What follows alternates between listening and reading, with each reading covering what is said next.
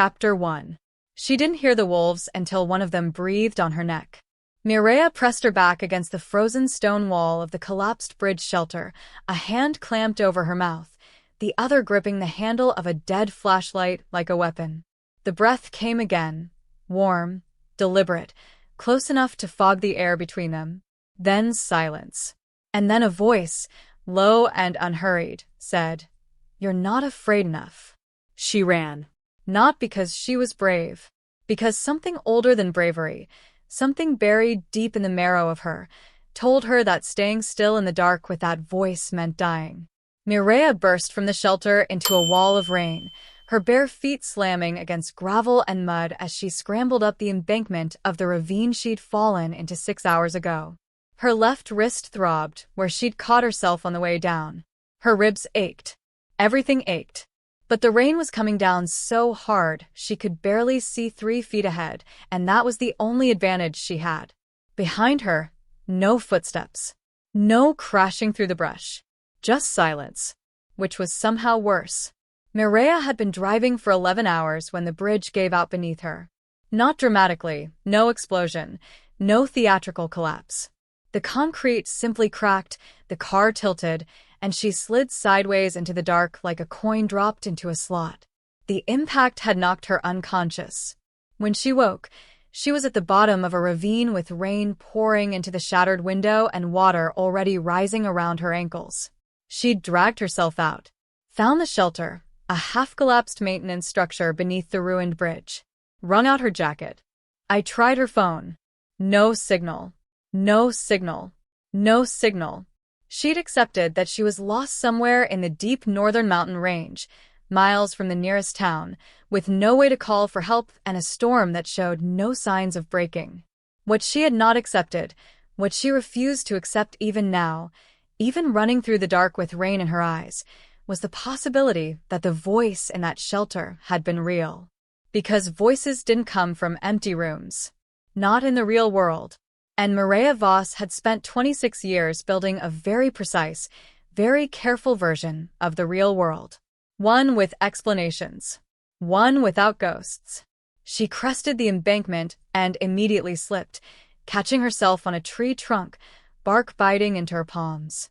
The forest stretched in every direction, dark, endless, indifferent.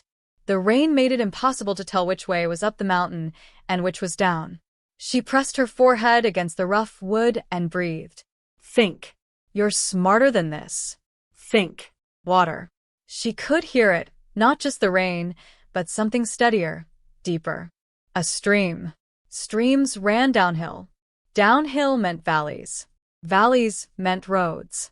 She followed the sound. For 20 minutes, the forest gave her nothing but trees and mud and the slow grinding certainty that she was going to freeze to death before morning. Her jacket was soaked through. Her hands had gone numb. The stream grew louder, and she stumbled toward it through a thicket of low brush, branches whipping her face. And stopped. A man stood on the opposite bank. He wasn't doing anything. Not fishing, not walking, not reaching for his phone.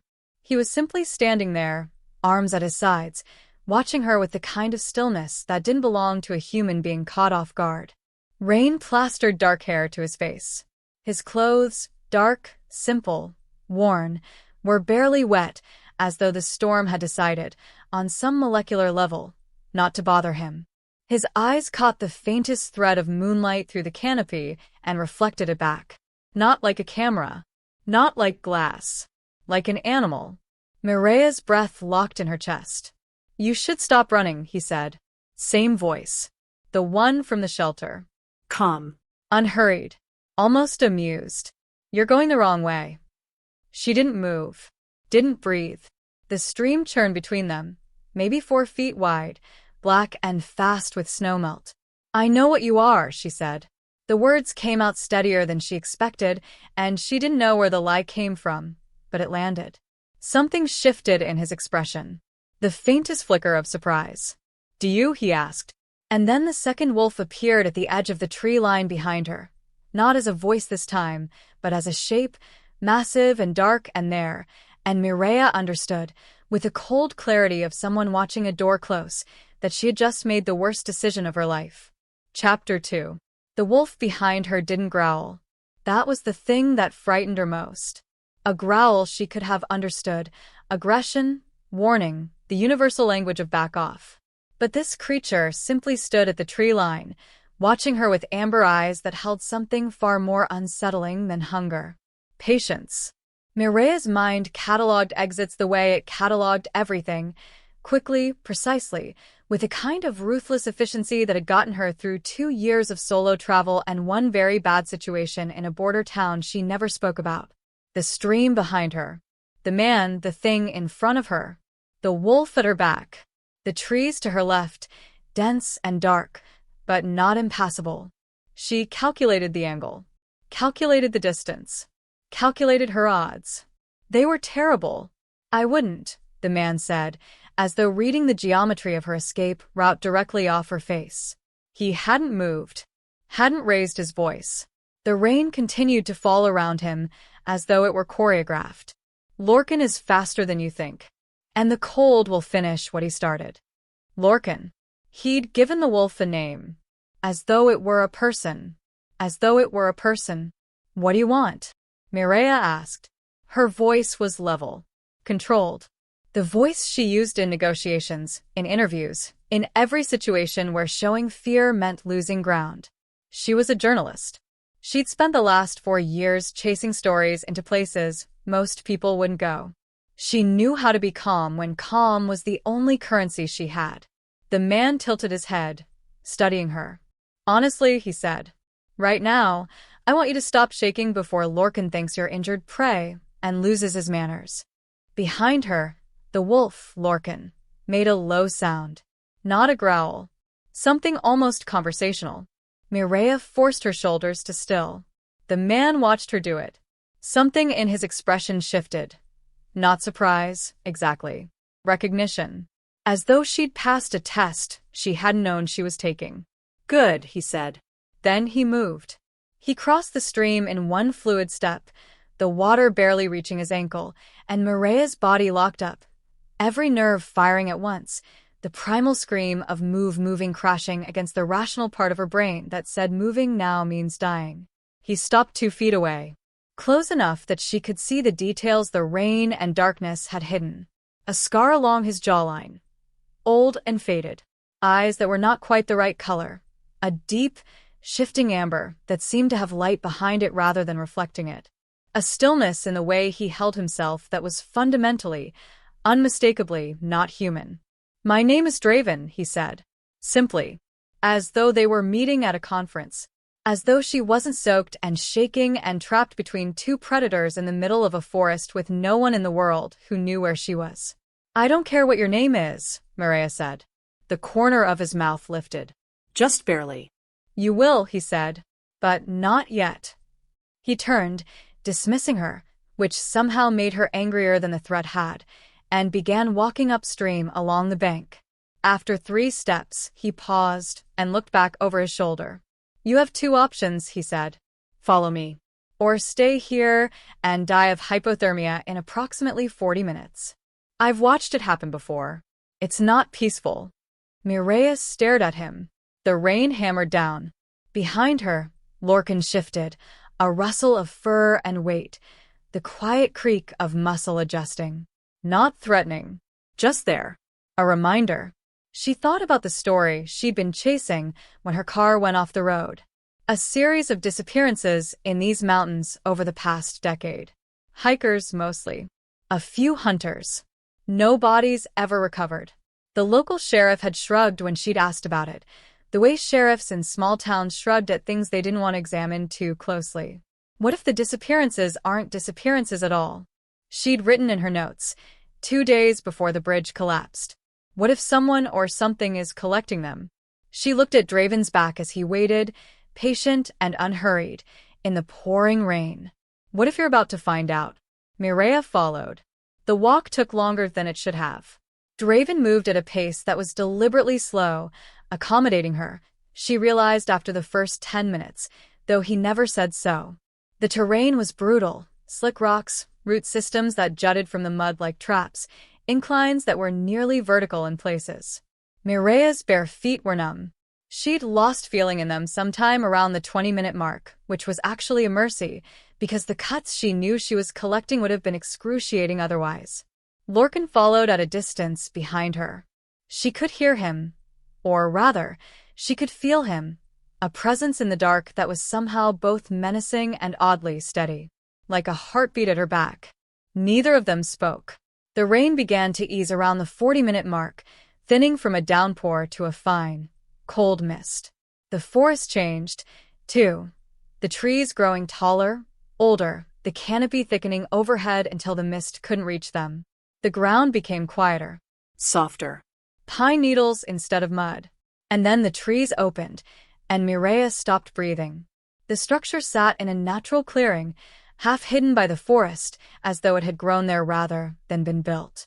It was made of dark stone and timber, 2 stories, with warm light spilling from the windows in a way that looked almost alive, flickering, golden, like something breathing. There was smoke curling from a chimney, a woodpile stacked with impossible neatness against one wall, a garden, dormant in the cold, but clearly tended. It looked like a home, a real one, the kind of place someone loved. "Before you ask," Draven said, stopping at the edge of the clearing, "yes, it's real. No, there's no trick. And yes, there's heat and dry clothes inside, which I suspect are the 2 things you want most in the world right now." He was right. She hated that he was right. "And after that?" she asked. "What happens after the heat and the dry clothes?" Draven turned to face her fully.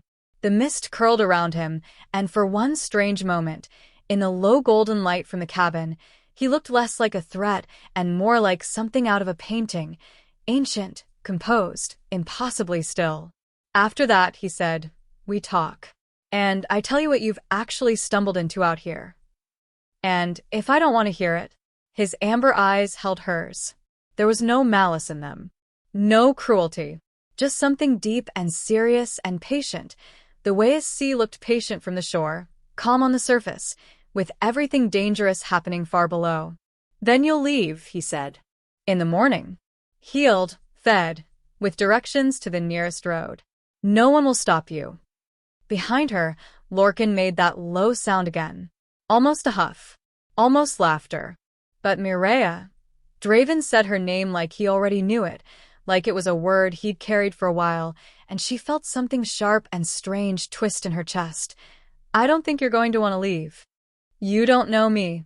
"No," he agreed. And something flickered across his face, something raw and quickly controlled, like a flame guttering in a draft. "Not yet." He held the cabin door open and waited. Mireya stood at the edge of the clearing for a long moment, rain-soaked and bleeding and terrified in ways she had no words for. Every instinct she'd built over 26 years of being careful, being smart, being the one who survived, every one of them was screaming at her to run. But there was another voice underneath. Quieter. Older. The voice that had made her a journalist in the first place. The one that leaned toward the thing that frightened her, not away from it. "You came to these mountains for a story. What if you just walked into it?" She crossed the clearing. She walked through the door. And the moment it closed behind her, something shifted. Not in the room, not in the air, but somewhere deep inside her chest, like a lock she hadn't known was there turning quietly, inevitably, into place. Chapter 3. The fire was the first thing that saved her. Not metaphorically, though that would come later, in ways Mireya couldn't have predicted, standing barefoot and dripping on the cabin's stone floor. Literally. The heat from the fireplace hit her like a wall, rolling across the room in waves that made her frozen skin scream and tingle and ache with the violence of returning sensation. She pressed her hands toward it instinctively, palms out, fingers curling, and for a full minute she did nothing else. Nothing but stand there and let the warmth crawl back into her body, like something that had been stolen.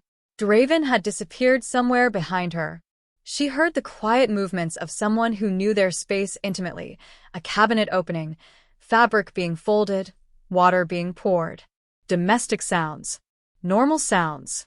Sounds that had no business existing in the same reality as amber eyes that glowed in the dark and a wolf the size of a small horse. The cabin was a single large room. Not sparse, not cold, not the kind of space she'd have expected from a man who lived alone in the wilderness.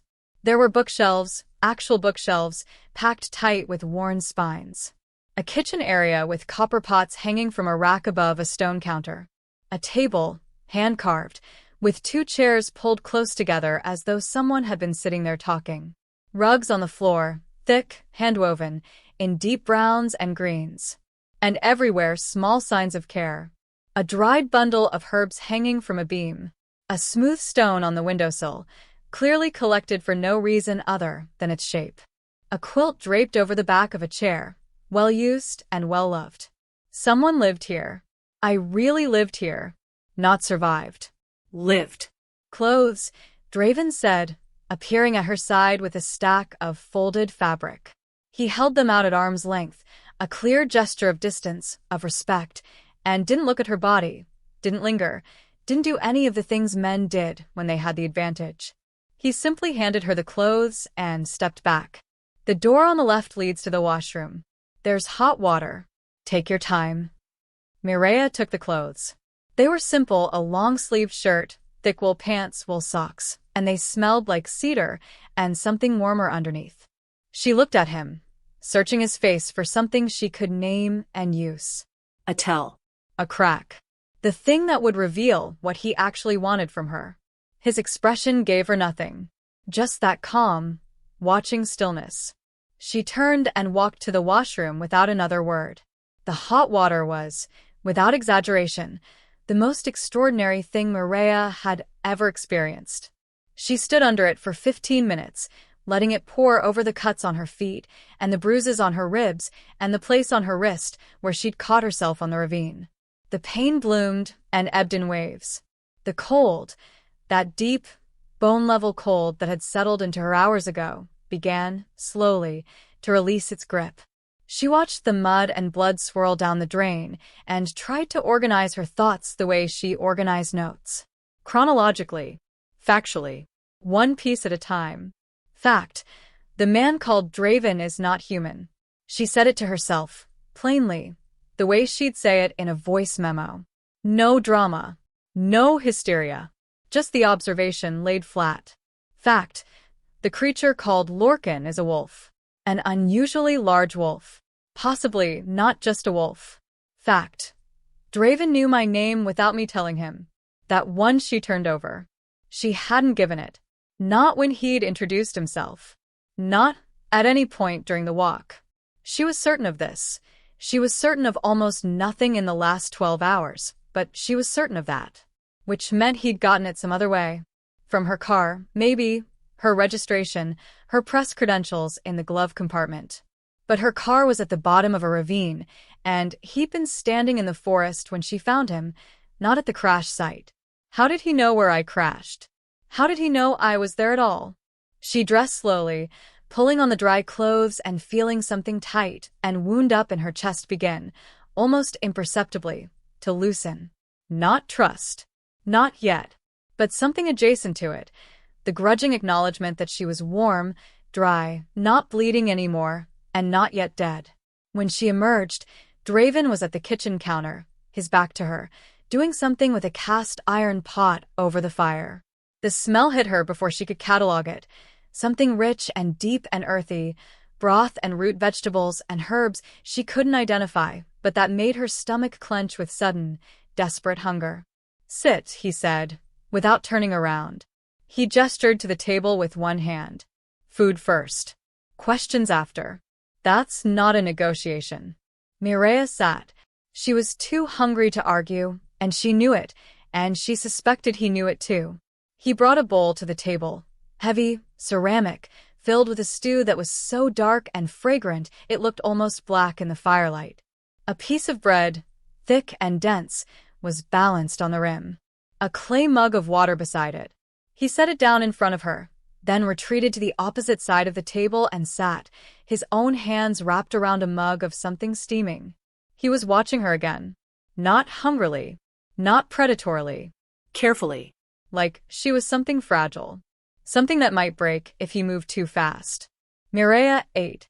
She ate the way she did everything when she was running on adrenaline and empty, fast, efficient, barely tasting it. But the stew was so good that she slowed, involuntarily, somewhere around the fourth spoonful. The broth was layered, something smoky underneath, something sweet, something that burned faintly at the back of her throat in a way that felt medicinal. Good medicine. The kind of thing someone made when they knew exactly what the body needed. This is, she started, then stopped because she didn't want to compliment him. Didn't want to give him anything she didn't have to. My grandmother's recipe, Draven said quietly. She believed food was the first medicine. Mireya looked up from the bowl. He was watching the fire, not her. His profile was sharp in the flickering light. Strong jaw, the faded scar along it, the dark hair still slightly damp from the rain. He looked, in this moment, less like a predator and more like someone who was tired. Genuinely, deeply tired.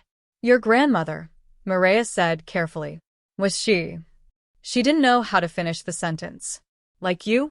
Not human? Something else entirely? Draven's amber eyes slid to meet hers. A ghost of a smile crossed his mouth. Yes, he said.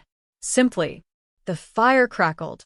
Outside, the rain had stopped entirely. The silence that followed was the kind that didn't feel empty. It felt full. Waiting. Mireya set down her spoon. She folded her hands on the table in front of her, deliberately, visibly, the way she did at the start of every interview she'd ever conducted. Neutral posture. Open hands. I'm here to listen. All right, she said. Talk. Draven didn't move for a long moment. He held his mug in both hands, turning it slowly, and stared into it as though the answer to something difficult were written on the surface of the liquid inside. How much do you know? He asked finally. About what we are? Stories, Mireya said. Myths. The kind of thing people tell children to keep them from wandering into the woods. And, do you believe any of it? She held his gaze. I believe in what I can verify. What I can see and touch and prove. A pause. And in the last 2 hours, I have seen things I cannot explain. So, I'm adjusting. Something in his expression shifted. Not surprising. Something warmer. Something that looked dangerously like respect. We are shifters, he said. The word landed simply, without weight, as though it were the most ordinary thing in the world. What your stories call werewolves. What your scientists would call an evolutionary impossibility. What we call ourselves. He set down the mug. We shift between two forms, human and wolf. The shift is not painful. It is not a curse. It is not something that happens only under the full moon. Those are stories humans invented to make us smaller, easier to fear. Mireya's journalist's brain was already working, filing, categorizing, cross-referencing against every piece of folklore she'd ever read. Her rational brain was fighting it, insisting that this couldn't be real, that there had to be an explanation, a trick, something. But she'd seen Lorcan. She'd heard Draven's voice in an empty shelter. She'd felt something shift in her chest when she crossed this cabin's threshold, something that had no rational explanation and refused, stubbornly, to be dismissed. How many of you are there? She asked. In this territory? 11. In this pack? 7. He watched her process this. We are not a large group. We don't need to be. We need to be hidden. Hidden from what? The question came out sharper than she intended, and Draven's stillness changed, just slightly, just enough for her to notice. A tightening somewhere around his jaw. A shadow passing behind his eyes. From the people who hunt us, he said. The fire popped. A log shifted, sending a scatter of sparks up the chimney. Hunters, Mireya repeated.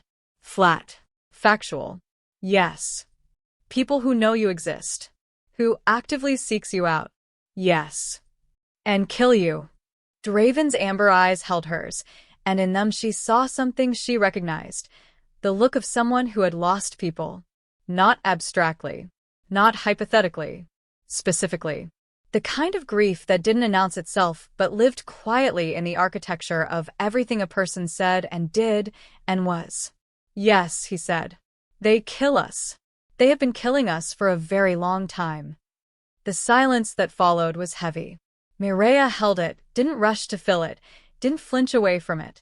She let it sit between them because she knew, from years of sitting across from people who were telling her truths they had never told anyone, that sometimes the most important thing a listener could do was simply not look away. "And me?" she asked, after the silence had breathed enough. "Am I a threat to you? Is that why you brought me here? To control what I know?" Draven shook his head slowly. "You're a threat to yourself," he said. "Out there in those mountains, with no phone and no shelter and hypothermia setting in, you were going to die, Mireya. That's why I brought you here." He paused. "But there is something else. Something I haven't told you yet." He leaned forward, just slightly. The firelight caught the amber of his eyes and turned them gold, deep, molten, alive in a way that had nothing to do with reflection and everything to do with what lived behind them. "Something about you," he said quietly, "that doesn't make sense. And I need to understand it before I let you leave." The words settled over Mireya like a second skin, cool and close and impossible to shake off. "What do you mean?" she asked. Draven opened his mouth to answer, and the cabin door exploded inward. Chapter 4. The door didn't break. It shattered, splintering from the frame in one violent motion, sending fragments of wood across the stone floor like shrapnel. Mireya threw herself sideways off the chair, instinct overriding thought, and hit the ground hard on her side. The air punched out of her lungs. Through the wreckage of the doorframe, 3 figures poured into the cabin. Not wolves. People. Men, all of them, dressed in dark tactical gear, the kind of gear Mireya had seen in military photography, in conflict zones, in places where the stakes were life and death, and someone was always paying attention to the difference. They moved with practiced coordination, fanning out across the room in a pattern that spoke of training, of repetition, of having done this before. Many times. The first carried a rifle. Not a standard hunting rifle, something heavier, modified, with a magazine that was too large for anything she could name. The barrel was pointed at Draven. The second had a canister in one hand and something that looked like a detonator in the other. The third was looking directly at her. Draven hadn't moved. He stood exactly where he'd been standing, behind the kitchen counter, one hand resting on the edge of it, perfectly still. But he'd changed. The calm, unhurried presence she'd been sitting across from for the last hour had been replaced by something else entirely. Something coiled. Something that radiated danger the way a fire radiated heat, not as a threat, exactly, but as an undeniable fact of physics. "Touch it, and you burn." "Step away from the table," the man with the rifle said. His voice was flat, professional, the voice of someone giving an order he expected to be followed. Draven didn't move. "I said." "I heard you," Draven said. His voice was different now, too. Quieter. Colder. The warmth she'd heard in it at dinner was gone, replaced by something ancient and hard. "And I'm considering whether to comply." The man with the rifle adjusted his grip. "Silver rounds, Draven. You know what they do. Don't make this harder than it needs to be." Silver. The word landed in Mireya's mind and connected to something, a thread she'd been pulling at for hours without realizing it. The stories. The myths. Silver as poison. Silver as the one thing that could hurt them. She looked at the rifle. At the magazine. On the way the rounds inside it caught the firelight with a dull, particular gleam. They came prepared. "Everyone calm down," said a fourth voice, and a fourth figure stepped through the destroyed doorframe. This one was different from the others, older, leaner, with silver-streaked hair pulled back from a face that was all sharp angles and careful composure. He wore the same tactical gear, but loosely, as though it were an afterthought. His eyes swept the room with quick efficiency, cataloging Draven, the cabin, the positions of his men, and then landed on Mireya. And stayed there. Something flickered across his face. Something Mireya couldn't read. "So," he said, and his voice was measured, almost conversational, in a way that made the violence of the last 30 seconds feel oddly theatrical. "The journalist." Mireya's blood went cold. Not because of the word. because of what it meant. He knew who she was. He knew what she did. He knew she was here. "You know who I am," she said. It wasn't a question. The man, the leader, she understood now without being told, tilted his head. The ghost of a smile crossed his face. Not friendly. Calculating. "Mireya Voss," he said. "Freelance investigative journalist. Specializes in disappearances, missing persons, unexplained phenomena. Published in 3 major outlets last year. Known for going where other reporters won't." He paused. "Known, also, for being very difficult to find when you don't want to be found. Which makes your presence here interesting." Draven's voice cut through the room like a blade. "Enough, Cassius." The name landed with weight. The man, Cassius, glanced at Draven, and something passed between them that Mireya couldn't decipher. Not fear. Not exactly respectful. Something older. Something complicated. "You know the rules," Cassius said, turning back to Draven. His tone was lighter now, but the calculation behind it hadn't changed. A human in pack territory. A human who knows. That's not something we can ignore. "She doesn't know anything," Draven said. "Not yet. She knows enough to be dangerous." Cassius's eyes returned to Mireya, and she held them, deliberately, without flinching, the way she held every pair of eyes that tried to make her look away. A journalist with a talent for digging, sitting in your cabin, eating your food. You don't find that convenient. The implication was clear. She's not a victim. She's a plant. Mireya felt something flare in her chest, hot, sharp, indignant, and before she could think better of it, before the rational part of her brain could remind her that she was unarmed and outnumbered and surrounded by people with silver bullets, she spoke. "I crashed my car," she said. Her voice came out steady. Flat. The journalist's voice. "On the bridge over Harkin's ravine. It collapsed. I fell. I spent 6 hours at the bottom of a ravine in a rainstorm before your friend found me." She gestured at Draven without looking at him. "If this is a setup, it's a remarkably uncomfortable one. I don't think my hypothermia was faked." The cabin went quiet. Cassius studied her for a long moment. The man with the rifle glanced at his leader, waiting. The man with the canister shifted his weight, impatient. Then Cassius laughed. A short, surprised sound, like something had genuinely caught him off guard. "She's got teeth," he said, to no one in particular. He looked at Draven. "I like her." "You like anything that amuses you," Draven said. "That's not the same as trusting it." "No," Cassius agreed. "It's not." He held up one hand, a signal, and the man with the rifle lowered his weapon by an inch. "Not all the way, but enough." "Here's what happens," Cassius said, addressing the room. "We won't shoot anyone tonight. We don't blow anything up." He glanced at the man with the canister, who looked mildly disappointed. "We sit down. We talk. And we figure out together what the hell is going on because—" His eyes settled back on Mireya, and something in them changed. Sharpened. "There are things about this situation that don't add up. And I don't like things that don't add up." He pulled a chair from the table, unhurried, casual, as though he hadn't just stormed a cabin with armed men, and sat down. "So," he said, folding his hands on the table, "let's start from the beginning."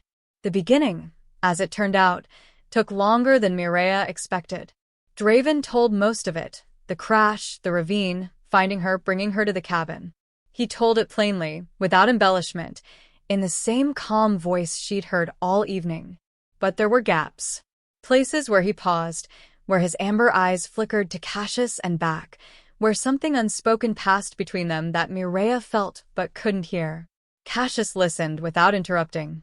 His 3 men had stationed themselves around the room, not aggressively but not casually either. A perimeter. A precaution. "And the bond?" Cassius asked when Draven finished. The word dropped into the conversation like a stone into still water. Draven went very still. "What bond?" Mireya asked. Neither of them answered her immediately. Cassius was watching Draven with an expression that was half curiosity, half something harder. Draven's jaw had tightened, the first crack in his composure all night. "Draven," Cassius said. His voice was quieter now. Not unkind, but firm. The voice of someone who needed an answer and was not going to accept a deflection. The bond. Tell her. Draven's amber eyes moved to Mireya, and in them she saw it again. That flicker of something raw, quickly controlled.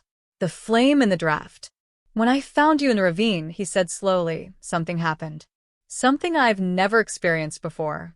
He stopped. Swallowed. Continued. In our world, there is a connection that exists between two souls. It's not chosen. It's not earned. It simply is. The way gravity is. The way I breathe is. His eyes held hers with an intensity that made the air between them feel charged. It's called a mate bond. And when I pulled you from that shelter tonight, He paused again. I felt it. Completely. Undeniably. The fire crackled. One of the hunters shifted his weight. Mireya stared at Draven. The journalist in her was already cataloging. An interesting claim, needs verification, emotionally loaded language, possible manipulation tactic. But underneath every layer of training and professionalism and carefully constructed rational framework, something in her chest answered. Not loudly. Not dramatically. Just a quiet, unmistakable yes. She pushed it down, buried it, filed it away for later, when she could look at it alone and understand what it meant. That's a story, she said. Her voice was perfectly controlled. A beautiful one. But I need more than a story, Draven. I need to understand what it means. For me. For right now. Tonight. Cassius leaned back in his chair and smiled. It was a real smile this time, surprised, almost delighted. I definitely like her, he said. Chapter 5. They didn't sleep that night. Not really. Cassius and his men stayed, not as captors, exactly, but not as guests either. They occupied the cabin the way weather occupied a landscape, present, undeniable, reshaping everything around them simply by being there. Two of the hunters took up position by the ruined doorframe, which one of them repaired with a speed and efficiency that suggested this was the first time a door had been destroyed in Draven's vicinity. The third sat in the corner, cleaning his rifle with quiet, rhythmic movements, and said nothing at all. Cassius sat at the table across from Mireya and talked. Not about the bond. Not yet. He talked about the pack, carefully, selectively, in the way someone talked about something they were proud of but also protective of. 7 members. The Ashvale Pack, he called it. Named for the valley hidden 3 miles north where their den was built into the mountainside. They'd been in this territory for 40 years. Before that, they'd moved constantly, never staying long enough to be found, never settling long enough to build anything worth keeping. Until we found this place, Cassius said, tracing the rim of his mug with one finger. Something about it felt right, like the land was waiting for us. He glanced at Draven, who sat on the opposite side of the room, leaning against the wall near the fireplace with his arms crossed. Watching. Always watching. Draven found the den first. The mountain called to him. A pause. Waited with something Mireya couldn't quite name. He's like that. Feels things the rest of us don't. An alpha, Mireya said. It wasn't a guess. She'd been watching the way the hunters deferred to Draven all evening, not with fear, but with something deeper. Something instinctual. Cassius raised an eyebrow. You know about alphas? I know about hierarchies, Mireya said. Every social species has one. Wolves included. Journalist, Cassius said, as though reminding himself. Then, with a half-smile. Yes. Draven is our alpha. It has been for 30 years. Mireya filed this away. 30 years, which means he's older than he looks, which is consistent with what he said about shifters, and turned her attention back to Draven. He was watching her with that same careful, patient expression. The one that felt less like surveillance and more like attention. Real attention. The kind that was rare and deliberate and cost something to give. You said there was something about me that didn't make sense, she said. Directly. Clearly. Cutting through the careful choreography of Cassius's explanations and going straight to the thing Draven had been circling all night. Before your friends broke down your door, you were about to tell me what it was. The room shifted. Subtly, the way a room shifted when everyone in it suddenly became very quiet at the same time. Cassius stopped tracing his mug. The hunter in the corner paused mid-stroke on his rifle. Draven pushed off from the wall. He crossed the room slowly, deliberately, and sat down in the chair beside her. Not across from her. Beside her. Close enough that she could feel the warmth radiating off him, that unusual, persistent warmth she'd noticed in the forest, as though his body ran hotter than it should. "When a shifter finds their mate," he said, his voice low enough that it was meant for her alone, though Mireya suspected everyone in the room could hear it, "there are signs. Physical signs that the bond is forming. A heightened awareness. A pull. A sense of recognition." He paused. "What I haven't been able to explain, what none of us have been able to explain, is why those signs started before I found you." Mireya turned to look at him. Their faces were close.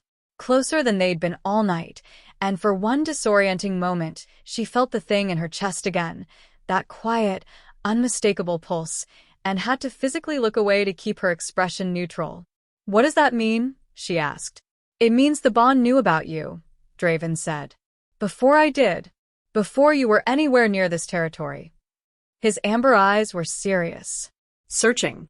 "Which shouldn't be possible. Mate bonds are proximity-based. They activate when two people meet. They don't anticipate. But yours did." "Yes." The word hung between them, heavy and strange, and full of implications that Mireya's mind was already scrambling to organize. She thought about the disappearances she'd been investigating, the ones that had brought her to these mountains in the first place. Hikers and hunters vanished without a trace, year after year, in a region that was supposedly empty. "The disappearances," she said slowly. "The ones in these mountains. Were they—" She chose her words carefully. "Were they connected to your kind?" Something shifted in Draven's expression. Not guilt. Something more complicated. "Some of them," he said. "Not ours. Another pack, further north. They hunt humans for sport. Have been doing it for decades." His jaw tightened. "We've been trying to stop them." "Trying," Mireya repeated. "They're larger than us, better positioned. And they have something we don't." Draven's eyes were hard now, the warmth in them replaced by something cold and focused. "They have hunters on their side." The word landed like a physical blow. Not because it was unexpected. Cassius had already mentioned hunters, had already explained in broad strokes the existence of people who tracked and killed shifters. But hearing it in this context, hunters allied with the very thing they were supposed to be hunting, changed the shape of everything. "An alliance," Mireya said, "between a wolf pack and human hunters." "A corrupt one," Cassius said from across the table. His voice had lost its earlier lightness. "The Thornwood Pack, that's what they call themselves. They provide territory, cover, information. The hunters provide weapons, funding, and legitimacy. The humans who disappear in these mountains." He stopped. Looked at Draven. "They're not disappearing," Draven finished quietly. "They're being harvested." The fire crackled. Outside, the wind moved through the pines with a sound like breathing. Mireya sat with the information. I turned it over. Examined it from every angle, the way she examined every story, looking for the seams, the inconsistencies, the places where the narrative didn't quite hold together. "How long?" she asked. 30 years, at least," Cassius said. "And no one knows? No authorities? No investigation?" "The hunters are the investigation," Draven said. "They control the reports. The missing persons files. The local law enforcement in this region answers to the coalition that funds them." He looked at her, and she saw something in his eyes that she recognized, the particular exhaustion of someone who had been fighting a system designed to be unfightable. "We've tried to expose them. Tried to get evidence to the outside world. Every attempt has been intercepted." "Until now," Mireya said. The words came out before she'd fully thought them through, but the moment they were in the air she knew they were true. Knew it the way she knew a story was real before she could prove it. That gut-level certainty that had made her career and nearly destroyed her life, more than once. She looked at Draven. At Cassius. At the ruined doorframe and the hunters with their silver rifles, and the cabin that smelled like cedar and home. "You need someone to tell this story," she said. "Someone the hunters can intercept. Someone with credentials, with an audience, with a platform they can't shut down." She paused. "Someone who came to these mountains looking for exactly this, and has no reason to stop." Silence. Then Cassius let out a breath, long, slow, something close to disbelieving, and shook his head. "Well," he said, "that explains it." "Explain what?" Mireya asked. Cassius looked at Draven. Something passed between them. That silent communication she'd noticed before, the kind that didn't need words. "Why did the bond find you?" Cassius said. "Before you found us." He leaned forward, his sharp eyes glinting in the firelight. "You're not here by accident, Mireya Voss. You never were." The dawn came quietly, the way it did in deep mountain forests, not all at once, but in layers. A lightening of the dark. A warming of the air. The birds first, then the light, then the slow and irreversible fact of a new day. Mireya hadn't slept. She sat in the chair by the fire, wrapped in a blanket someone, Draven, she suspected, had draped over her shoulders at some point during the night. The hunters had left before first light, slipping out with the same quiet efficiency with which they'd arrived. Cassius had lingered at the door, looking back at her with an expression she couldn't quite read. "Whatever you decide," he'd said, "we'll need your answer soon. The Thornwood Pack knows we've been poking at them. They'll be looking for a reason to strike." Then he was gone, and the cabin was quiet again. Just her and the fire and the first gray light creeping through the windows. And Draven. He sat on the floor near the hearth, his back against the stone, his legs stretched out in front of him. He hadn't slept either. She could tell by the way his eyes were slightly unfocused, the way his usual sharp awareness had softened at the edges. But he was still watching her. Quietly. Patiently. "You're wondering if any of this is real," he said. Mireya looked at him. At the firelight moving across his face, at the scar along his jaw, at those amber eyes that held centuries in them, or at least decades, more than a man his apparent age should carry. "I'm wondering," she said slowly, "if I'm the kind of person who walks into something like this and doesn't walk out." Draven was quiet for a moment.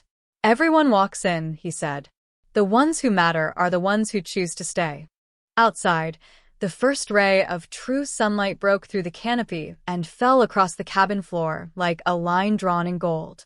And somewhere, deep in the mountains to the north, something howled, long and low and full of intent, and the sound carried through the morning air like a warning no one could ignore. Chapter 6. The howl didn't come again. That was what unsettled Mireya most. Not the sound itself, which was eerie enough, but the silence that followed it. A single call, deliberate and unhurried, and then nothing. No answer. No echo. Just the morning settling back into place around it, as though the sound had never existed at all. Draven heard it too. She watched his body change, not physically, not yet, but in the way he held himself. The softness at the edges of his awareness snapped back into focus. His hands, resting loosely on his knees, curled into fists. Not tight. Not aggressive. Ready. "Thornwood," he said. One word. Flat and quiet, and carrying the weight of 30 years behind it. "How close?" Mireya asked. "Close enough to be heard. Far enough to be deliberate." He stood in one fluid motion, that inhuman grace she'd noticed before, the kind of movement that didn't waste a single gesture. "They're sending a message." What message? Draven's amber eyes found hers across the cabin. In the new morning light, they looked different, warmer, deeper, shot through with threads of gold that caught the sun the way water caught it. "That they know we have something they want," he said. "Something. Not someone." Mireya caught the word and held it, turning it over, examining it the way she examined every word that mattered. "Me," she said. Draven didn't answer. He didn't need to. Within the hour, the cabin was full again. Not hunters this time. Pack. They arrived in ones and twos, slipping through the trees with a quiet that should have been impossible for people their size. Mireya watched them from the window as they emerged into the clearing, each one unique, each one carrying the same particular quality of movement she'd come to recognize in Draven. That fluid, unhurried grace. That sense of something barely contained beneath the surface. Cassius arrived first, with a woman at his side who was taller than him by 2 inches and had hair the color of dark copper, pulled back in a practical braid. She moved with a quiet authority that had nothing to do with size and everything to do with the way the others oriented toward her, a slight turn of the body, a lifting of the chin, as though she were a fixed point and they were all, instinctively, aligning themselves to it. "That's Sorrel," Draven said, appearing beside Mireya at the window. He'd changed clothes, dark, practical, the kind of thing someone wore when they expected a fight. "Cassius's mate. She runs the den when we're away from it. Keeps everyone alive, fed, and occasionally sane." Sorrel's eyes found the window, found Mireya, with an accuracy that suggested she'd known exactly where to look. Her expression was unreadable. Not hostile, not welcoming, assessing. The others filtered in behind her. A young man, barely more than a boy, really, with sandy hair and wide, curious eyes that kept darting to Mireya and away again, as though looking at her directly was somehow forbidden. An older woman with silver-streaked hair and hands that moved constantly, restlessly, like birds that couldn't quite settle. A man built like a wall, broad and quiet, who positioned himself near the door and said nothing, but whose presence filled the space the way a mountain filled a valley. 7, Cassius had said. 7 in the pack. Mireya counted them as they settled into the cabin, standing, sitting, leaning against walls, occupying the space with the easy familiarity of people who had shared it for years. 6, including Draven. The 7th. Lorcan, Draven said, as though reading the gap in her count. "He's on watch. He'll shift back when he's done." Lorcan. The wolf from the forest. The one who'd breathed on her neck in the dark and scared 10 years off her life. She filed that away too. The meeting, if it could be called that, didn't start so much as coalesce. There was no formal gathering, no announcement. The conversation simply began, the way conversations began in groups that had been together long enough to skip the preamble. Sorrel spoke first. Her voice was lower than Mireya expected.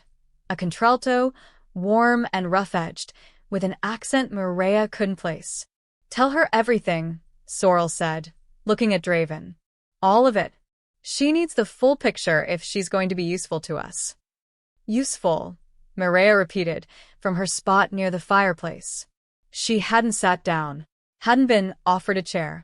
She stood with her arms crossed and her weight balanced, the way she stood in every room where she was the only person who didn't belong. "I'm not here to be useful to anyone. I'm here because I crashed my car and your alpha pulled me out of a ravine." A beat of silence. The young man with the sandy hair snorted, quickly, quietly, but audibly.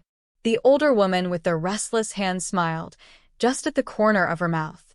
Sorrel's expression didn't change, but something in her eyes shifted, a flicker of something that might have been amusement, or might have been surprising, or might have been both. "Fair enough," Sorrel said.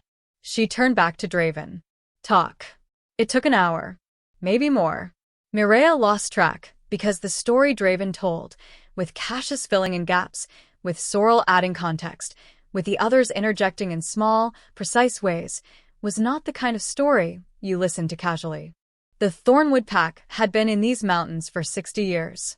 Originally, they'd been like the Ashvale Pack, small, hidden, surviving. But 30 years ago, something had changed. A new alpha had risen within them. Someone who saw the old way of hiding, of shrinking, of living in the margins as weakness.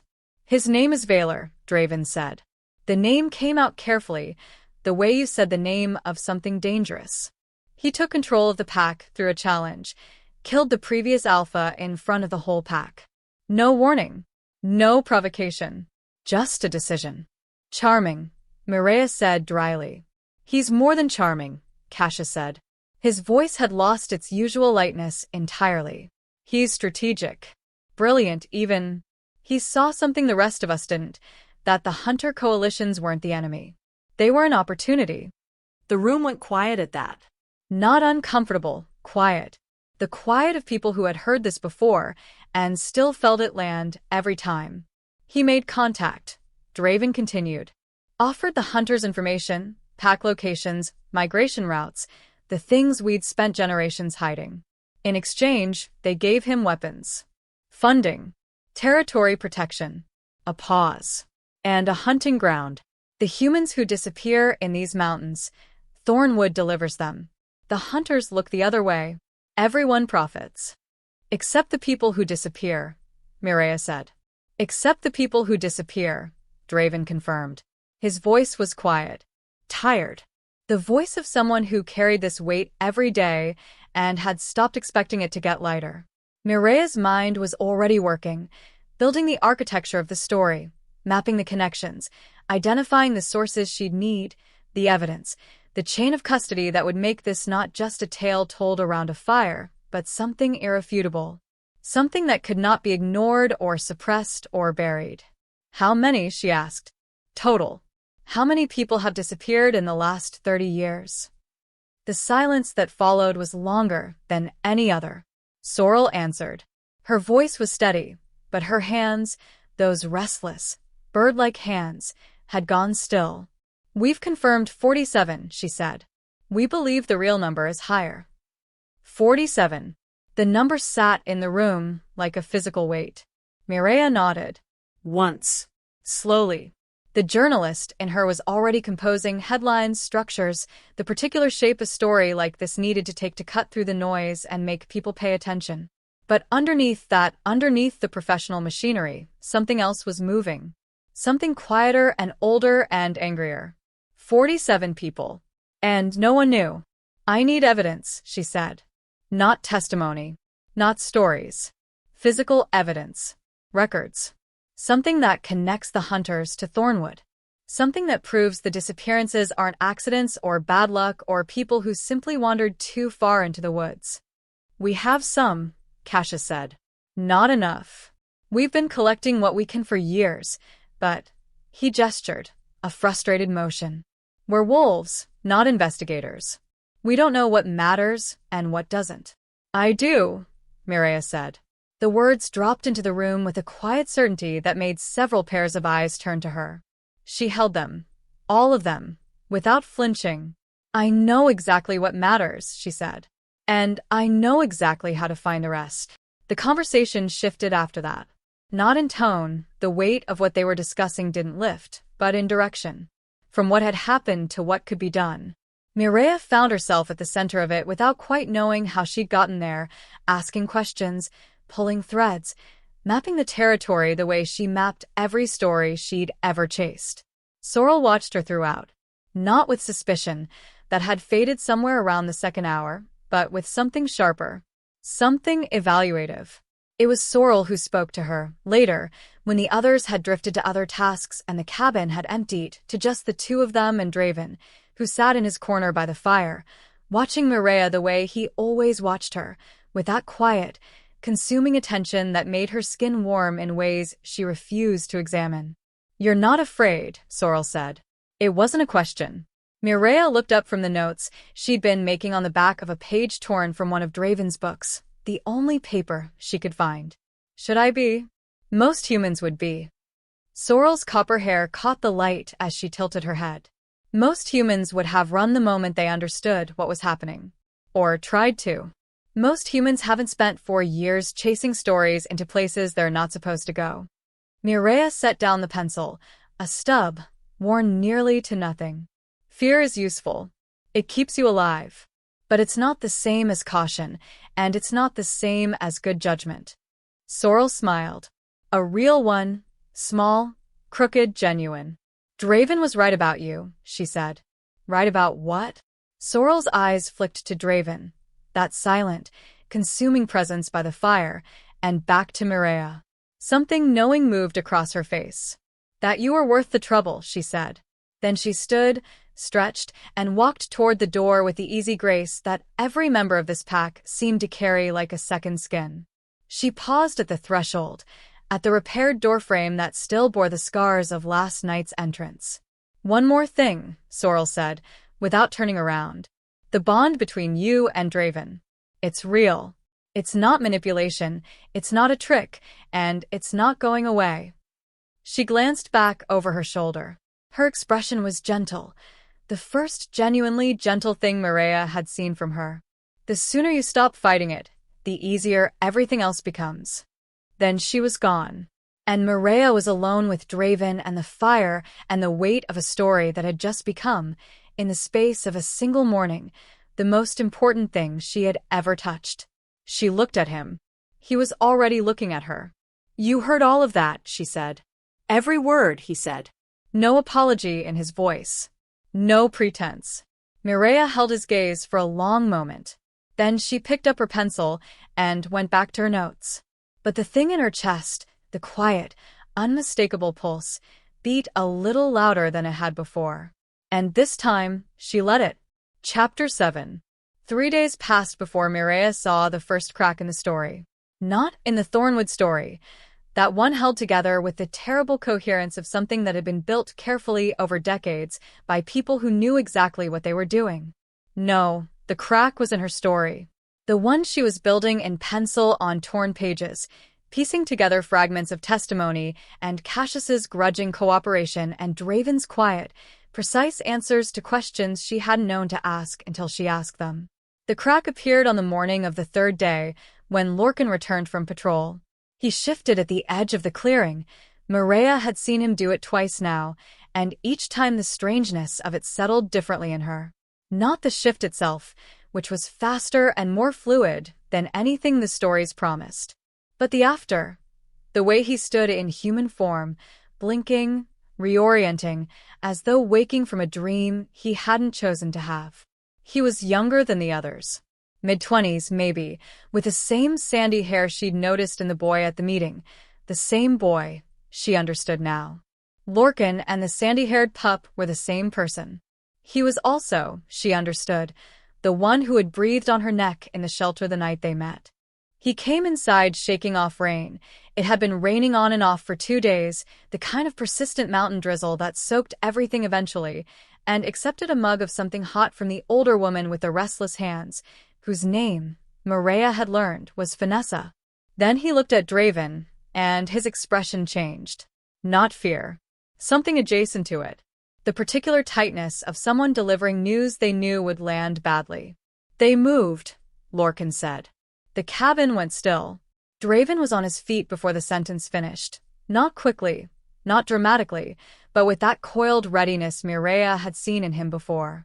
The alpha rising to the surface. Where? He asked. South Ridge. All of them. Lorcan's sandy hair dripped onto the stone floor. I counted 14 wolves shifted. Plus the humans. Hunters. At least 8. Maybe more. They're camped in the tree line. I couldn't get close enough to count without. He stopped. Swallowed. They have equipment, Draven. Communications equipment. The kind that reaches beyond the mountains. The implications settled over the room like cold water. They're coordinating, Cassius said, from his usual spot at the table. His voice was flat, analytical, but Mireya had learned to read the micro-expressions beneath his composure, and right now those expressions were saying something close to we're in trouble. With who? Mireya asked. Everyone looked at her. Then, at each other. The coalition, Draven said. The larger network of hunters. The ones Valor has been feeding information to for 30 years. So, this isn't just a local threat, Mireya said. She was already moving. Mentally, the way she moved through every developing story, pulling the threads, seeing the shape. This is a coordinated operation. They're not just defending Thornwood territory. They're preparing something. Draven's amber eyes met hers. Sharp. Impressed, in a way that he didn't try to hide. Yes, he said. That's exactly what it is. The War Council. Mireya called it that in her notes, because there was no other word for what happened next, convened in the den. The Ashvale den was nothing like the cabin. Where the cabin was warm and intimate and human, the den was other.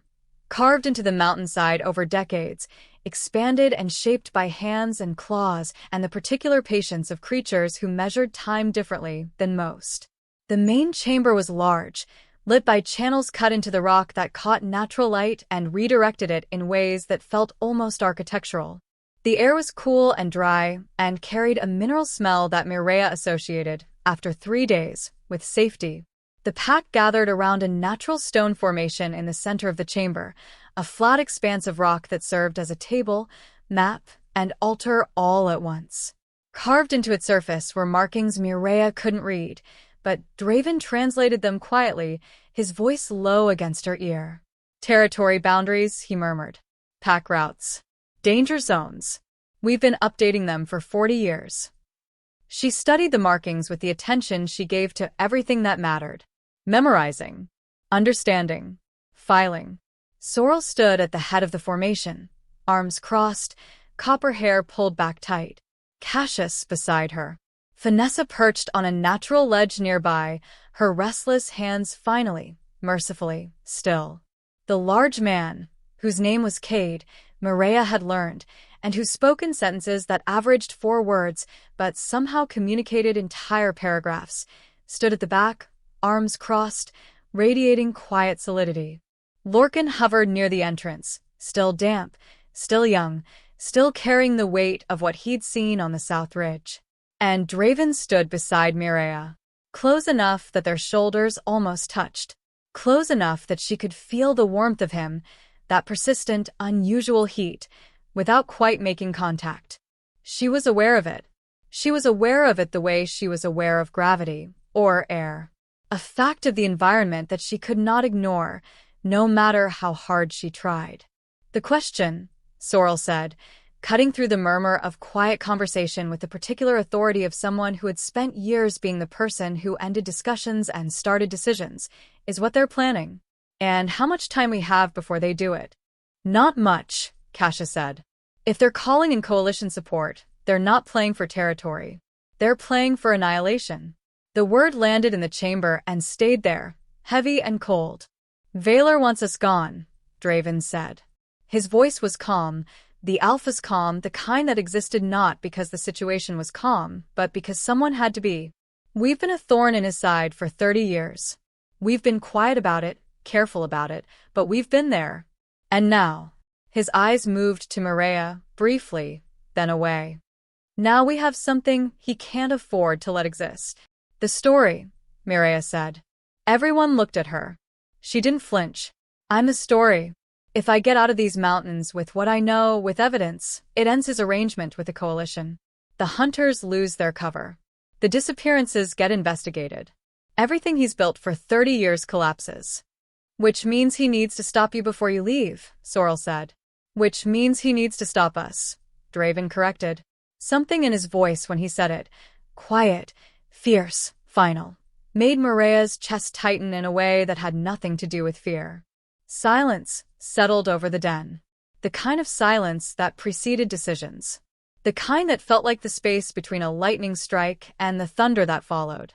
"Then we need to get her out," Cassius said. "Fast. Before they close the perimeter completely." "We need more than speed," Mireya said. Everyone looked at her again, a pattern she was beginning to notice, and beginning, grudgingly, to appreciate. "We need proof.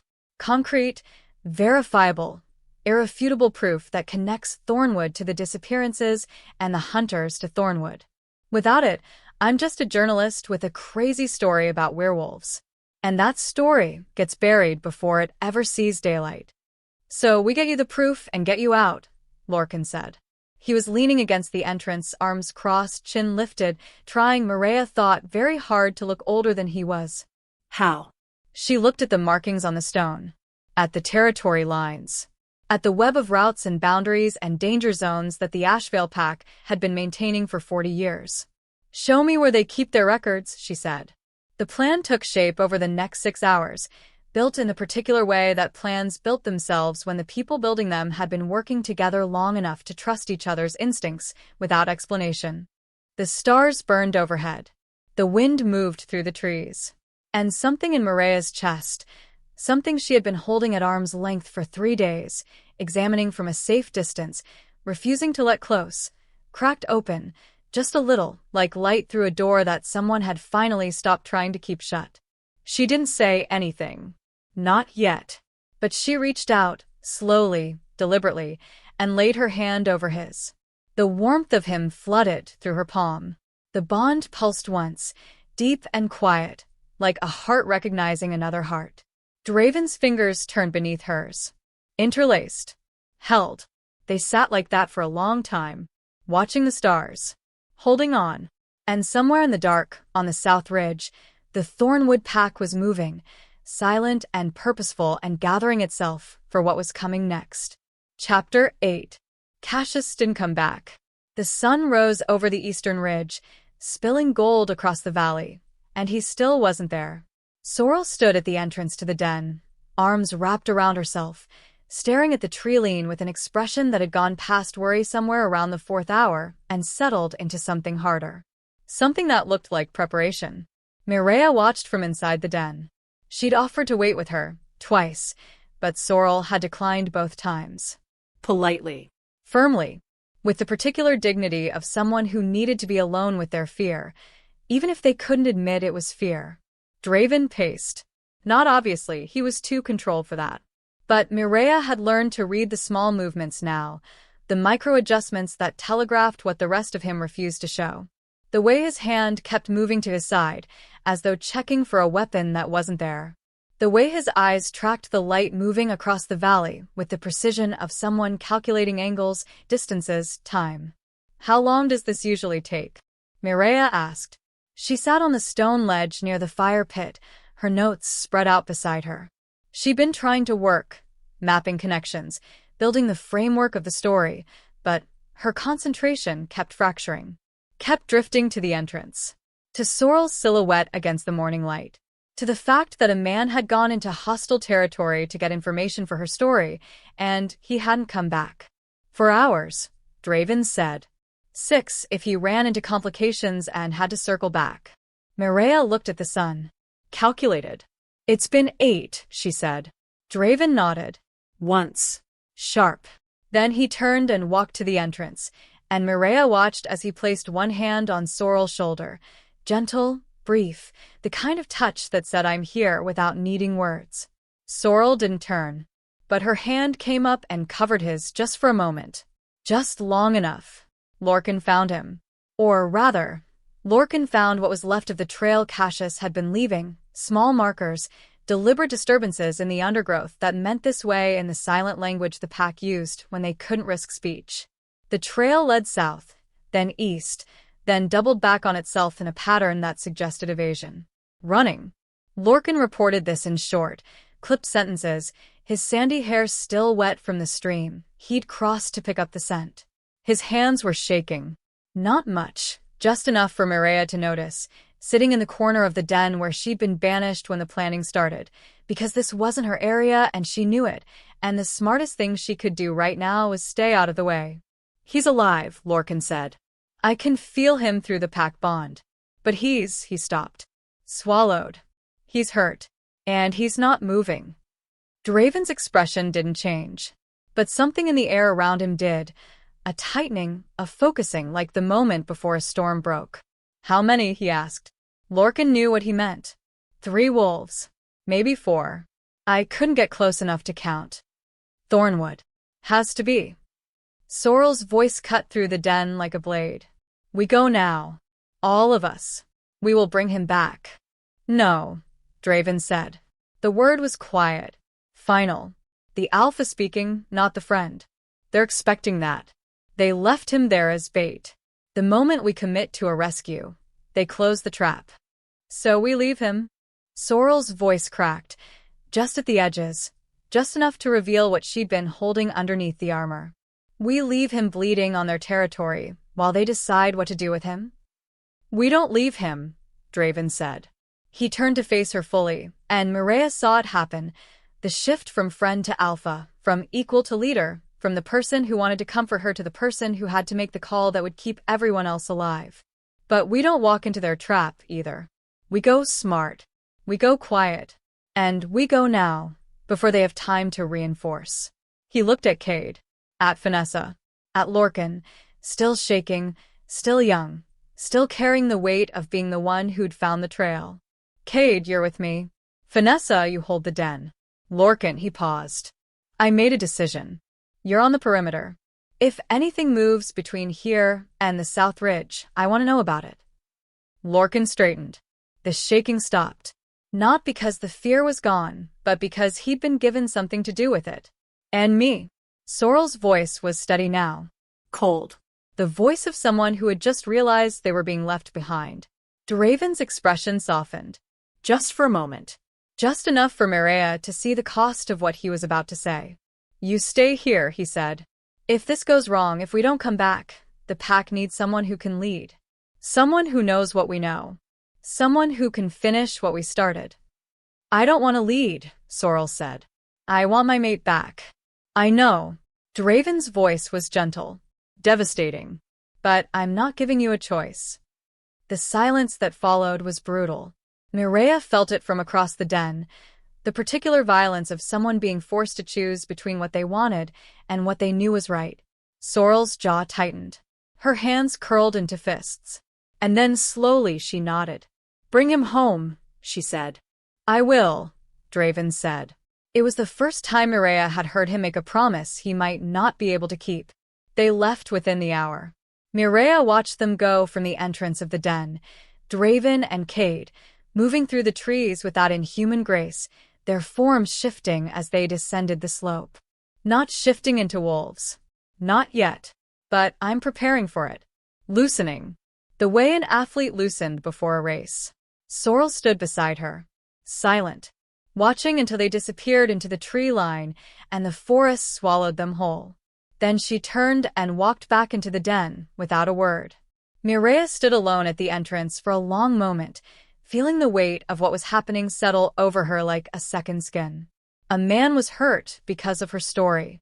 Another man, an alpha, a leader, someone who mattered to these people in ways Mireya was only beginning to understand, was risking his life to bring the first one back. And she was standing here, safe, useful only in the abstract. A journalist with notes and questions, and no way to help when help was the only thing that mattered.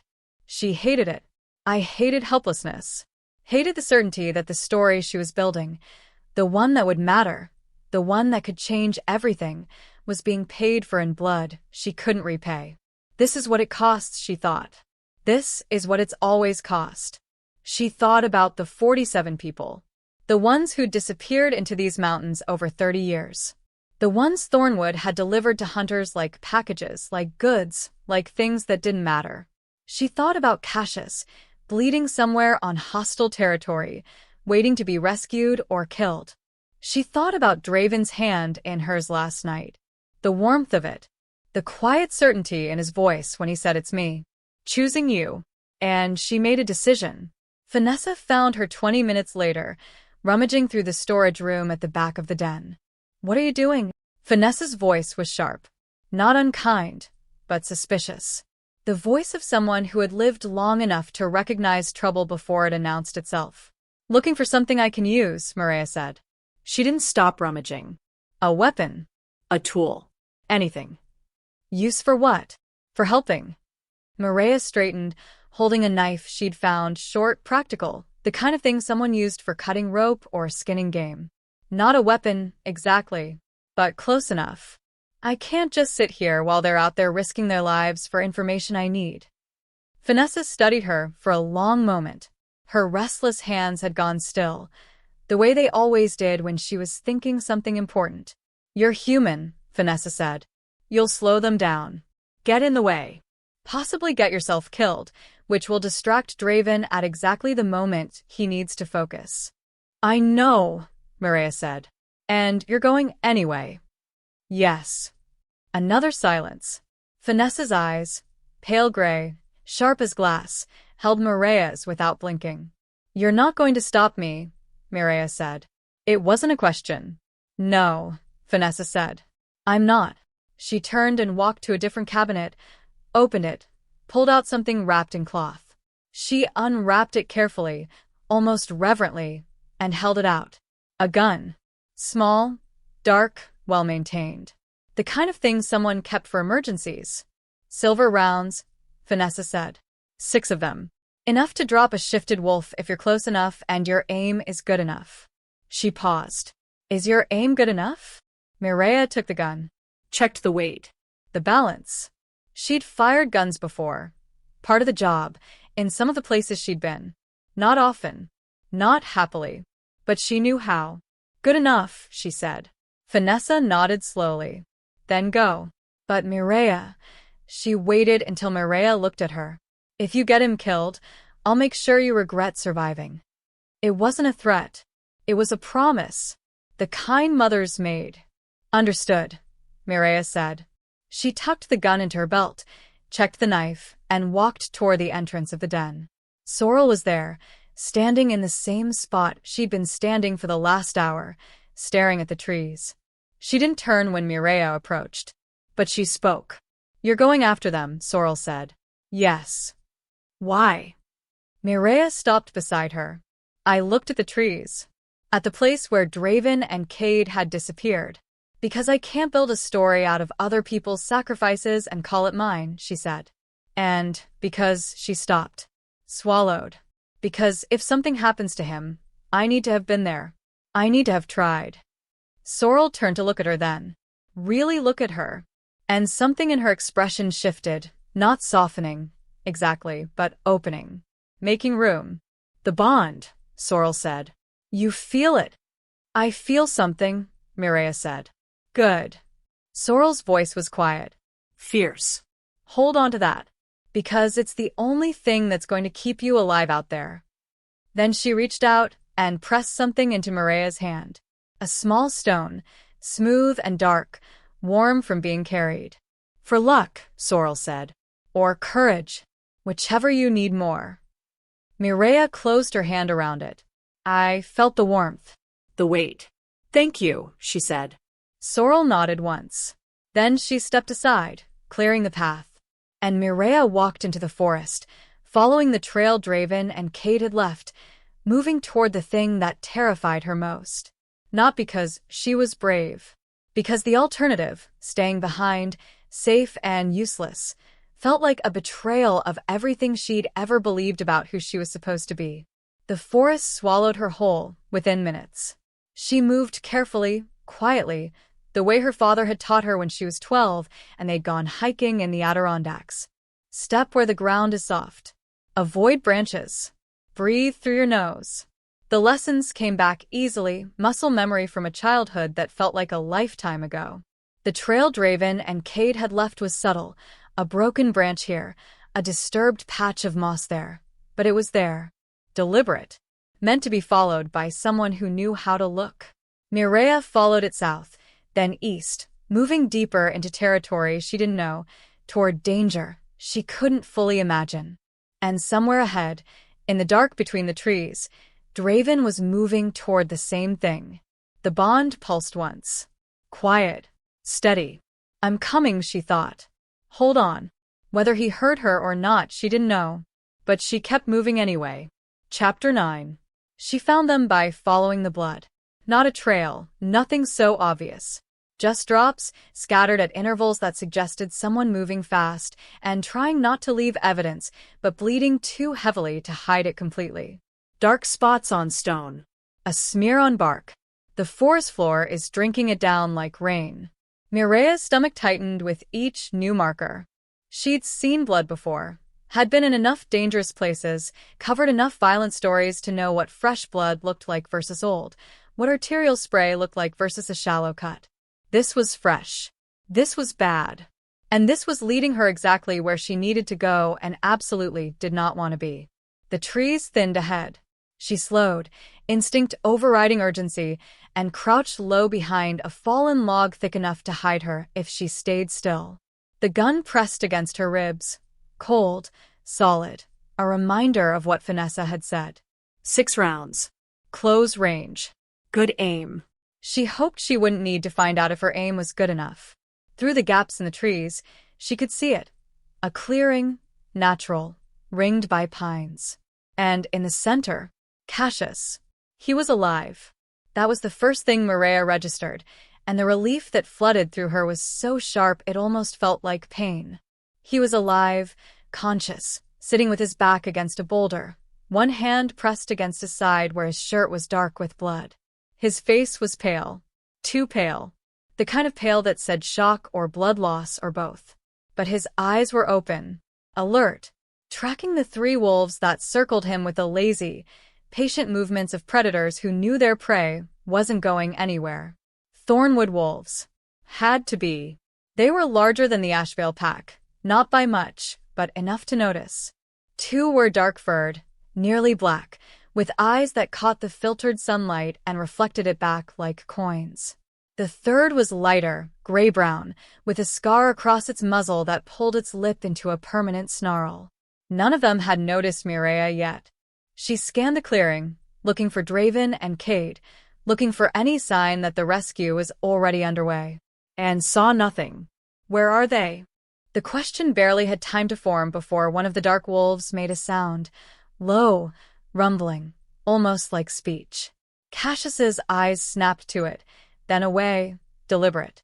A message. Don't engage. Don't provoke. Smart. But Mireya could see the cost of that restraint in the tightness of his jaw, the way his free hand had curled into a fist against the stone. The scarred wolf moved closer. Not attacking. Just closing distance. The way a cat played with something wounded. Testing. Waiting. Mireya's hand moved to the gun at her belt. 6 rounds. 3 wolves. The math was bad, but it was the only math she had. Her finger had just found the grip when a voice, quiet, urgent, directly behind her said, "Don't." Mireya spun, heart hammering, and found herself staring into Draven's amber eyes. He was crouched beside her, close enough to touch, and she hadn't heard him approach. I hadn't felt him. He'd appeared the way shadows appeared, not arriving, just suddenly there. "You followed us," he said. It wasn't a question, and his voice carried something she couldn't quite read. Not anger, not exactly, but something complicated. Layered. "Yes," Mireya whispered. "Why?" She met his eyes. "Hold them." "Because I couldn't stay behind." For a moment, they stared at each other. And in that moment, Mireya felt the bond between them pull tight. Not painful, but present, impossible to ignore. A cord connecting them that had been invisible until right now, until this moment of decision.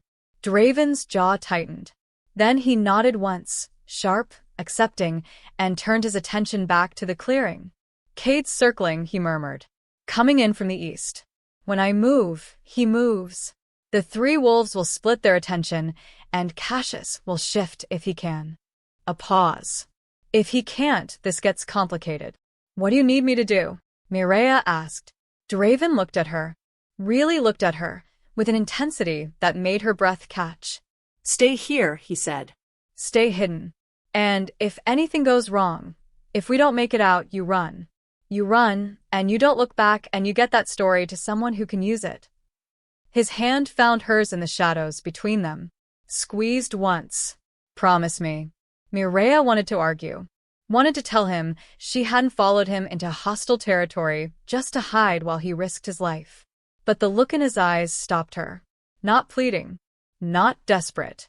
Just certain. The way someone looked when they were asking for the only thing that mattered. "I promise," she lied. Draven's eyes held hers for one more heartbeat. Then he smiled, small, sad, knowing, and she understood with sudden clarity that he'd heard the lie and was choosing to accept it anyway. "Thank you," he said. Then he moved. It happened fast. Draven burst from the tree line in a fluid motion that was half run, half shift, his body changing mid-stride, clothes tearing, bones reshaping with a speed that shouldn't have been possible but was. By the time he hit the clearing, he was a wolf, massive, dark-furred, with eyes that burned amber gold in the fractured sunlight. The 3 Thornwood wolves reacted instantly. The scarred one spun toward him, snarling. The 2 dark ones split, one moving to intercept Draven, the other wheeling back toward Cassius, protecting their prize. And then Cade hit from the east. He was larger than Draven, broader, heavier, built like the wall Mireya had seen in his human form. His wolf was the color of storm clouds, dark gray shot through with lighter silver, and when he collided with the dark wolf moving toward Cassius, the impact sounded like thunder. The clearing exploded into violence. Draven and the scarred wolf met in the center, teeth and claws and snarling fury. The scarred one was fast, experienced, aiming for Draven's throat with the precision of someone who'd killed before. But Draven was faster. He twisted, caught the other wolf's shoulder instead of its teeth, and used its momentum to throw it sideways into the boulder where Cassius sat. The wolf yelped, scrambled, came up favoring one leg. Cade had the second dark wolf pinned, jaws locked around its throat, not crushing, not yet, but holding. A warning. Submit or die.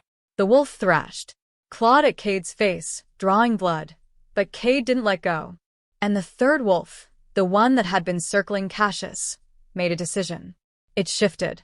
Mireya had never seen a wolf shift into human form before. She'd seen the reverse, Draven's transformation in the clearing, Lorcan's at the cabin, but this was different. Slower, somehow. More deliberate. The wolf's body contracted, reshaped, bones cracking and reforming with sounds that made Mireya's stomach turn. And then, where the wolf had been, a man stood. He was young, maybe 30, dark hair, dark eyes, with a lean, hungry look that reminded Mireya of addicts she'd interviewed in border towns, people who'd found something that consumed them and couldn't stop even if they wanted to. He had a knife. Silver, from the way it caught the light. The same dull gleam Finessa's bullets had. And he was moving toward Cassius. Mireya didn't think so. Didn't plan. Didn't give herself time to calculate odds or consider consequences. She stood, aimed, and fired. The gunshot cracked through the clearing like a whip. Every wolf froze. The man with the knife froze. Cassius, bleeding against the boulder, froze. And Mireya stood at the edge of the tree line, gun raised, hand steady, staring at the man she'd just shot. She'd aimed for his shoulder, the broad target, the thing her father had taught her to aim for when accuracy mattered more than lethality. And she'd hit it. The man staggered, dropped the knife, and went to one knee with a sound that was half gasp, half snarl. The silver round was already working. She could see it, the way his skin around the wound had gone gray, ashen, the way infection spread but faster. Wronger. Silver rounds, Vanessa had said. Drop a shifted wolf. Apparently, they worked on humans who'd recently been wolves, too. The scarred wolf, still favoring its injured leg, snarled at her. Its eyes found hers across the clearing, and in them Mireya saw something that made her blood run cold. Not animal rage. Human intelligence. Recognition. It knew what she'd done, and it was deciding whether she was worth killing. Draven moved between them, placed himself directly in the line of sight, his massive wolf form radiating threat. The message was clear. You want her, you go through me. The scarred wolf hesitated. For one long, trembling moment, the clearing balanced on the edge of more violence. Mireya could feel it, the way a room felt before a fight broke out, that electric charge in the air that said someone's about to make a choice, and it's going to cost. Then Cade's jaws tightened around the throat of the wolf he was holding. Just enough. Just a reminder. And the scarred wolf made its choice. It backed down. Slowly, deliberately, it turned and limped toward the tree line. The man Mireya had shot, bleeding, gasping, clutching his shoulder, scrambled after it, and the wolf Cade was holding went still. Submitted. Cade released it. The wolf rolled, coughed, and ran, following its packmates into the forest, leaving trails of blood and fear in its wake. And then they were gone. And the clearing was silent except for heavy breathing and the sound of Cassius trying and failing to stand. Draven shifted back first. Mireya had thought, somewhere in the back of her mind, that watching him shift from wolf to human would be disturbing. Unnatural. The kind of thing that would reinforce the wrongness of what he was. It wasn't. It was beautiful. His body flowed through the change the way water flowed downhill, inevitable, graceful, perfectly itself. And then he was standing there, naked and unconcerned, with scratches across his chest and blood on his hands that wasn't his, looking at her with an expression she couldn't read. He crossed the clearing in 3 strides, grabbed her shoulders, and kissed her. It wasn't gentle. It wasn't tentative. It was fierce and desperate and tasted like relief and fury and something else, something that had been building for days and had finally, inevitably, broken free. When he pulled back, his amber eyes were blazing. "You promised," he said. His voice was rough. Raw. "You promised you'd run if things went wrong." "I lied," Mireya said. Something flickered across his face. And then, to her complete surprise, he laughed, a short, disbelieving sound that was half exasperation, half wonder. "Of course you did," he said. Behind them, Cade, now in human form, equally naked, equally unconcerned, was helping Cassius to his feet. Cassius was conscious but fading, his face gray, his movements slow. "We need to move," Cade said. His voice was calm, practical, the voice of someone who'd been in enough bad situations to know that survival was a matter of logistics, not emotion. "Thornwood will regroup. They'll come back with more." "Can he walk?" Draven asked, releasing Mireya and moving toward Cassius. "Not far," Cassius said. His voice was a thread. "But I can shift. That'll help." "Then shift," Draven said.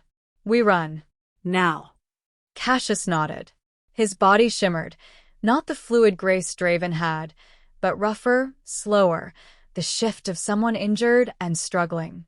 When it finished, he stood on 4 legs, panting, his dark fur matted with blood. Draven turned back to Mireya. His expression was serious now, focused. "You'll ride with me," he said. "Not a question. A statement." Shift. "Stay close to Cade. If we get separated." "We won't," Mireya said. "If we get separated," Draven continued, overriding her, "follow the stream north. It'll take you back to the den. Sorrel will know what to do." "Draven." He cupped her face in both hands. The warmth of him, that persistent, impossible warmth, flooded through her. "I will get you home," he said. "I swear it."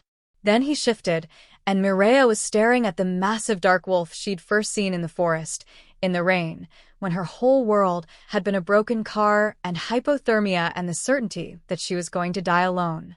He lowered himself to the ground. An invitation. Mireya had never ridden a wolf before, had never imagined riding a wolf. But she'd also never imagined any of this, the pack, the bond, the story that had become her life instead of just her work. She climbed onto his back, wrapped her arms around his neck, and held on. Draven stood. Cade moved beside them, with Cassius between them, limping but moving. And together they ran. The forest blurred around them. Mireya had thought running with Draven would be terrifying. The speed, the power, the sheer wrongness of being on the back of a creature that shouldn't exist. But it wasn't. It was exhilarating. The world streamed past in shades of green and brown and gold, the wind in her face, Draven's muscles moving beneath her with a rhythm that felt almost like flying. She could feel him through the bond now, not just emotionally but physically. Could feel the strain of carrying her, the pain from the scratches across his chest, the sharp, focused determination that was keeping him moving even though every instinct probably said to stop, to rest, to tend his wounds. "Keep going," she thought, pressing her face against his fur. "Please keep going." Whether he heard her or not, he didn't slow. They ran for what felt like hours but was probably only 30 minutes. The terrain shifted, from dense forest to rocky slopes to the familiar approach of the valley where the den sat hidden in the mountainside. And then, finally, they were there. Sorrel was waiting at the entrance. She'd seen them coming. Of course she had, the pack bonds worked both ways, and the moment Cassius stumbled into the clearing, she was there. Catching him, lowering him gently to the ground, her hands moving over his fur, checking wounds, cataloging damage with the practiced efficiency of someone who'd done this too many times before. Finesse appeared with supplies. Cade shifted back and started issuing quiet instructions. Lorcan ran up from the perimeter, breathless, asking questions no one had time to answer. And Draven shifted back, carefully, so Mireya could slide off his back without falling. Then he turned to her, still naked, still bleeding, still looking at her with those amber eyes that held everything he wasn't saying out loud. You saved him, he said. Quietly. Just for her. You saved all of us, Mireya said. Draven shook his head. No. You did. The moment you pulled that trigger, you chose us over safety. Over objectivity. Over every rule that's probably kept you alive for the last 4 years. He stepped closer. You became packed today, Mireya. Not because of the bond. Because of that choice. The words settled over her like a weight. Like a gift. Like something she hadn't known she'd been waiting to hear. I need to tell you something, she said. Her voice was steadier than she felt. About the story. About what I'm going to do with it. Draven waited. Patient. Always patient. I'm not going to write it, Mireya said. Not the way I thought. Not as an exposé, not as journalism. Because the moment I publish what I know, she stopped. Swallowed. The moment that story goes public, you become targets. Not just Thornwood. Not just the hunters. Everyone. Every person who reads it and decides they want to be the one who proves werewolves exist. Or the one who kills them. Understanding moved across Draven's face. And something else. Something that looked like hope. So, what will you do? He asked. Mireya took a breath. Let it out slowly. I'm going to tell it differently, she said. As fiction. As a novel. Something that feels real enough to matter, but distant enough that people can dismiss it if they want to. She met his eyes. And I'm going to use it to draw out Valor. To make him think I'm exposing him. So he comes for me. And when he does, we'll be ready, Draven finished. His voice had gone soft. Fierce. Proud. You're setting a trap. I'm finishing what Cassius started, Mireya said. Getting the proof. But on our terms this time. Draven stared at her for a long moment. Then he pulled her close, heedless of the blood, heedless of being naked, heedless of the pack watching from the entrance of the den, and held her like she was the only thing in the world that mattered. You're perfect, he whispered against her hair. You're absolutely perfect. And for the first time since she'd crashed her car on that bridge, Mireya felt like maybe, just maybe, she'd found the thing she'd been looking for all along. Not a story. A home. To be continued. If Mireya's courage moved you, subscribe so you never miss what happens next. Drop a comment telling me what you'd do in her position. Fight or flee. Because this story isn't over, and neither is the war that's coming.